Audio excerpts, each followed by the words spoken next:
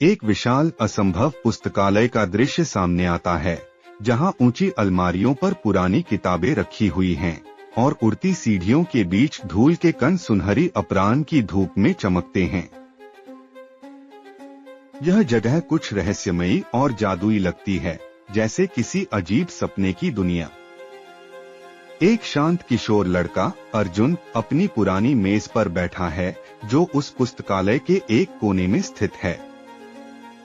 उसके हाथ में एक फटा हुआ नोटबुक है, जिस पर उसके स्याही से सने अंगुलियां हैं। वह अपने विचारों को कैद करने के लिए स्केच कर रहा है।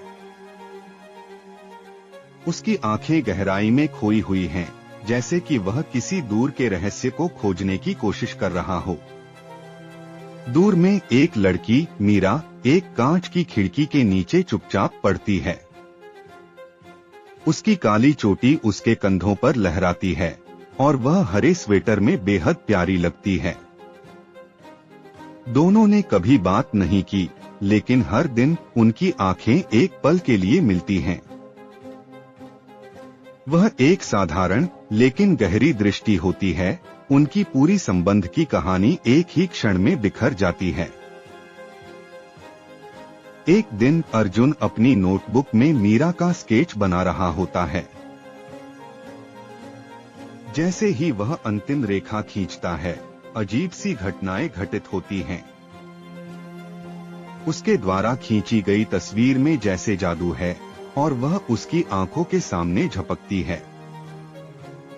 मीरा, जो कि दूर बैठी है, अचानक सिहर उठती है और अपने चारों ओर देखती है, जैसे किसी अनजान चीज ने उसे छुआ हो। उस पल से जब भी उनकी आंखें मिलती हैं, पुस्तकालय के नजारे बदलने लगते हैं। किताबों के शीर्षक उनकी गुप्त सोच को उजागर करने लगते हैं। छायाएं उनके चारों ओर रेंगती हैं, जैसे उनके भावनाओं को पकड़ने की कोशिश कर रही हों। मीरा के पढ़ाई के चश्मे में एक तीसरी छवि दिखाई देती है, पलिदी, खोखली आंखें, जो स्टैक्स से उन्हें देख रही हैं। यह डरावनी उपस्थिति उनकी दुनिया का हिस्सा बन जाती है।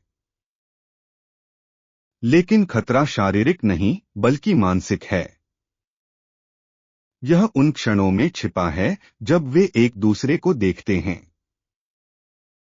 कोई चीज या कोई व्यक्ति उन पलों को इकट्ठा कर रहा है, उनके बिना कहे अंतरंग संबंधों का शोषण कर रहा है।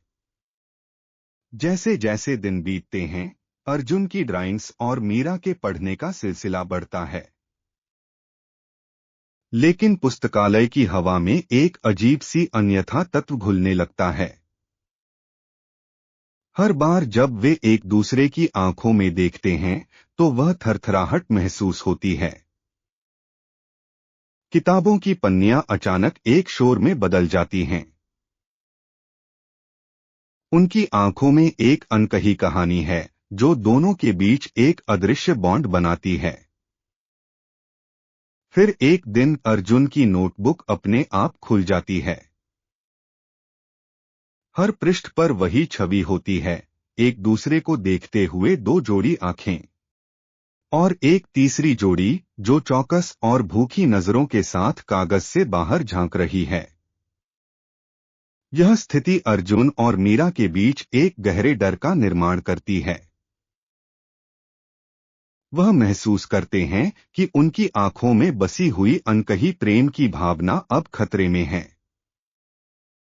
पुस्तकालय के कोने में एक अलमारी के पास खड़ी मीरा की छवि झपकती है। उसके चेहरे पर एक डर का संकेत होता है, जैसे उसे इस अजीब प्राणी का एहसास हो। क्या वह अकेले ही इस स्थिति का सामना कर सकती है, या उसे अर्जुन की मदद की जरूरत होगी?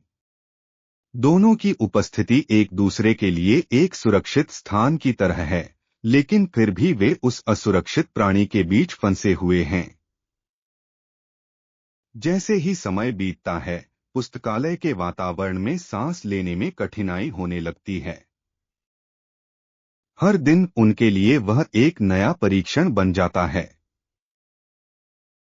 क्या वे उस अनकही प्रेम को बचा पाएंगे, जिसे वे अपनी आंखों के माध्यम से इंजीनियर कर रहे हैं। क्या वे उस तीसरी छाया का सामना करने के लिए तैयार हैं जो उनके प्यार के पलों को चुरा रही है? जैसे जैसे वे एक दूसरे की ओर आकर्षित होते हैं, पुस्तकालय का डरावना रूप उन पर हावी होता है। अर्जुन और मीरा की आंखों में छुपे भावनाएं अब एक अनकही यात्रा तय करने के लिए मजबूर कर रही हैं। क्या वो इस लव ऑर्डर के बीच संतुलन बना पाएंगे? क्या उनका बंधन उस भयानक प्राणी से बच सकेगा? अंतिम शॉट में अर्जुन की नोटबुक के पन्ने एक बार फिर खुद को बदलने लगते हैं। अब हर पृष्ठ पर वही छवि है, दो जोड़ी आंखें जो एक दूसरे को देखकर मुस्कुरा रही हैं, और एक तीसरा जोड़ा जो पन्ने से झांकता हुआ भूखा और अधीर लग रहा है। यह दृश्य धीरे धीरे धुंधलाता है, रंगों का खेल बदलने लगता है, सपिया टोन से निकटवर्ती गहरे मटमैले हरे और हल्की सुनहली रोशनी में। अब सब कुछ सर्द और चिकित्सा के समान सा लग रहा है। एक मोहक लेकिन डरावनी यात्रा जो अर्जुन और मीरा की आंखों के बीच चल रही है। उनकी कहानी पन्नों पर दर्ज है, लेकिन क्या वे उस पन्ने को कभी पलट पाएंगे?